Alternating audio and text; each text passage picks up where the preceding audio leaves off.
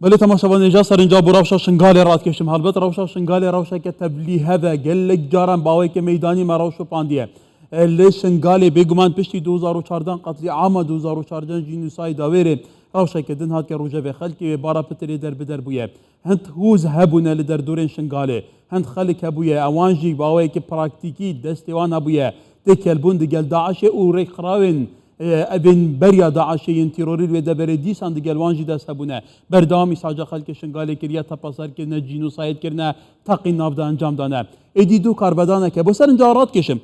ازدیش بر اولاقه بدهان جارن هاتنا نفیر عام کرن هاتنا جنوسات کرن هاتنا شناف برن لیوان تو رد فعلك برانبر هیچ اولک دن نبویه از بزامم قالوا واقع شنگالی چاوایه بو روش خصایه برس حیدر ششو او فرماندار هزن ازید خانیه لشنگالی گرمه كاك حيدر دماتا باش به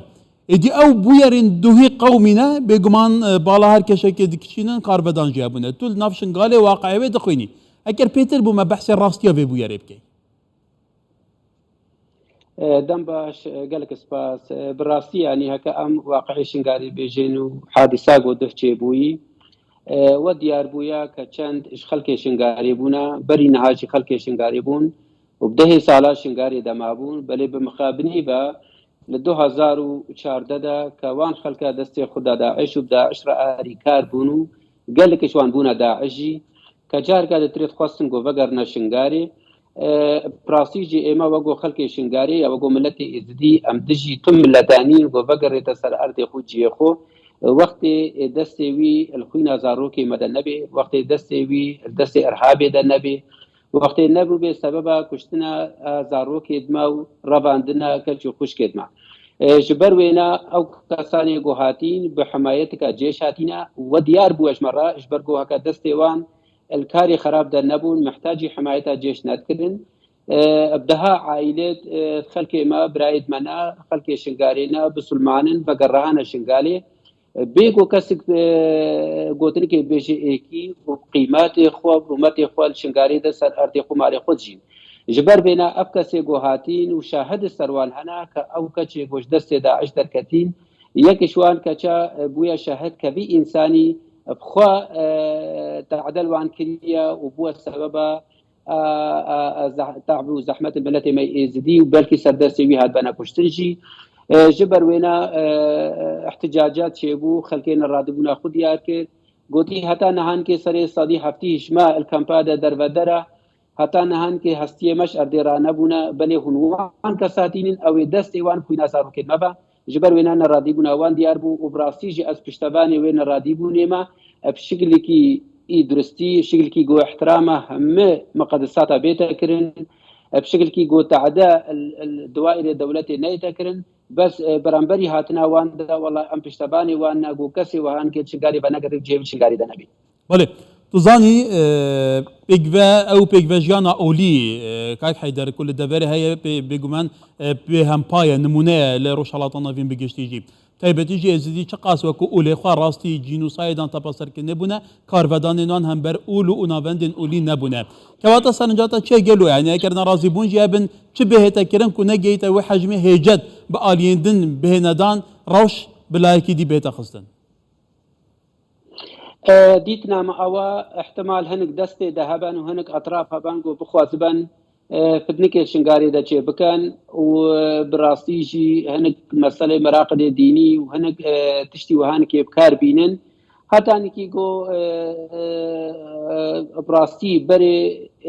منظمات الدولية بري حكومة الشنغار بيتا قراندن ديتنا مدوي طرف انت دا هبن بس بنفس الوقت جي امش بيرانا كان جبي دبيغو او كاسيغو بكر بالتدقيق كامنيات درستي ربيتا كرن دبيغو او خلقا ابكاسي كتيه دستي وان دار رايوان بجدي وربقرن او يقو تهمت بار ببيتا محاسبه كرن بمخابني يعني يقو امبيجن بالصدا واحتمال بهزاره او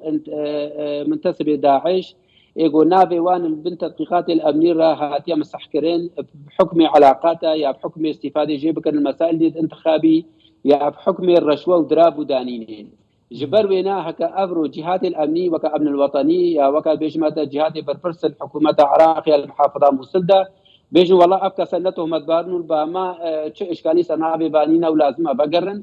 ام بكري دبيجن هكا او كاس شاهدش خلكي ملسر وان هبن ودستي وان المالويرانيه ملتي مذهبي براسي ام سروينا بدغنابن وام هيفيدارن جو حكومات رايا شاهده ورايا او كاس بوينا قرباني ونهان كي رزقار بوينش دستي وان البرشابي بله كاي حيدر بين محاسبه كرن بله تزاني دمك كو حكومه العراق هول ددار تيبتي اداره باريزغاني نوا كو او كيسو كارن داعش باش ما يكن داعش الكامبين سوريا دمينم تيبتي هولي فديرينا باريزغاني نوا تيبتي الجدعه لويري بنجيد كه هول دد تبليج باكيجي بك تدبيجي سرنجوا هي هند كسنه دستيوان صوربويه بخوينامه دزبرن بوناميسي ادي قالوا يعني الين بيواني دا بياتا نزانن كا افت شبان شكريه نانا في خلكي واستفزاز كرنا قربانين خلكي قرباني داري شنقالي تو چاد بيني چه مسجك بشته كيل بشته ما بس توان چه بفيكي والله ديتنا ما أوا بلي حكومة عراقي تقاضي بكالي بكا أو يقول جنابتنا إشارات بيداي هر وهاني كيد رياض منظمات الدولية والبن توجيهات المتحدة على أساس أو كاربيتا كرين وجار كادتري انخراب بالمجتمع ذا أبراسي أب خطريكا قال يا مزنا هكذا بيجين والله عائلة داعش ذنبي وينانينا ويا زاروك داعش ذنبي وينانينا يا براو كسوكاري ويناي بونا داعش مذنب بوانانينا دبيجو بقرنا ناف مجتمع وجار كادتري بقرن وقو كتشتك تشين أبوي الهمد طرف رمد بيجين هم طرف بربرسنال بيكاري دا هاتانكي البنابي ديمقراطيكا مزيف يا البنابي حقوق الانسان يقو اساس جيرناي جو بيجن والله دبي جو حقوق بان هبي بقرنا سركاري خو سر حسابي خوينا ما وسر حسابي خوينا همه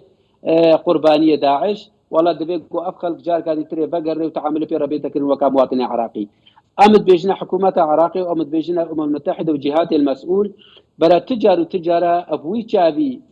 الخلق بوي قرباني وخلق جوز سر دستيوان او قرباني شي بوي ننير الوكايك وبمخابني بجي جواز بيجم كابرو وزاره هجره ومهاجرين عراقي ادريا حكومه عراقي وهر وها منظمات الدوليه تعاملي بوان عوائل داعش وكسكاري داعش رد كان وكاغو او نازح يا وكا او اواري بوتركا جي خداي اشبر ظلم وزور ناوان اشترك كي دتري هاي خوازم اشارات بيناجي بدن بمخابني بجي جو ام بيجن هكا ابرو سر مستوى كردستان دا جو دنگنتينا بلاكرين البنابي اوليدا والبنابي فتني دا جو ابرو دخوازن جاركا دتريجي بسر اباده ملتي مدهاتي جو جاركا دي تري فتني بكن ودرجه خبلت بكن وبيجي والله ازدي كفارن كما هكا بلانكي اطرافنا تيدا هابي على اساس تعدل مزقفتك هاتيا كرين اسهي بدارم حكومه كردستان باش يار بي ودرفت ندى فان انسان المتطرف داعشي بو فدنك نقبينا ملتي مدى تشي بكن براستيجي او چند كساتنا ناسكرن خوازمت ريا كنالي ورا قدنگي خو بگين مع حكومه كردستان دا كاول بنابد مزيف بن يا نابد مزور بن يا هكا نابد حقيقي بن يا هكا قريه داي بنفسر وزاره اوقاف با اسي بدارم حكومه كردستاني اشراءات درسي بحقي بان ببا اشبرقو افن سببا مالويرانيا ملتي كردستاني هم اطراف الدنيا استفادش دين كر وخكرنا دولات ولا بالك هيك حيدر يدي راش هو صايا بحثي ركبنا شنقالي جدا فتي بديمه هكا درفتك بديمه ملتي ماي كرد هر وقت بويا قربانيه افي فكري دينيه متطرف ايغو سدي سالايا ما كردستان وخلق كردستان كرا قربانيه او كساني داعشيه وكابينا ايغو كردستان خراكين ام هي بدار الحكومه كردستاني اشراءات الترسيب حقيقه سيد فتنتي كسي داعشيه ارهابي بستيني ولي صبرتي ركبنا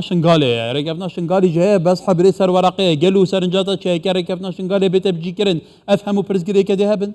وهكرنا هي تبجي كرن روش خراب ترنابيت بالتاكيد هكا بتجي كرن باشتري حل اوا هكا نحل كمثالي جيبي بس باشتري حل اوا او ريكافتن جيب بي طبعا نقابينا دو طرف هذا هكا حكومه عراقيه وهكا كردستانيه وناف كردستاني جيرا بالتايبات بارتي ديمقراطيك كردستان جبر وينام هيفي دارن زوتري وقت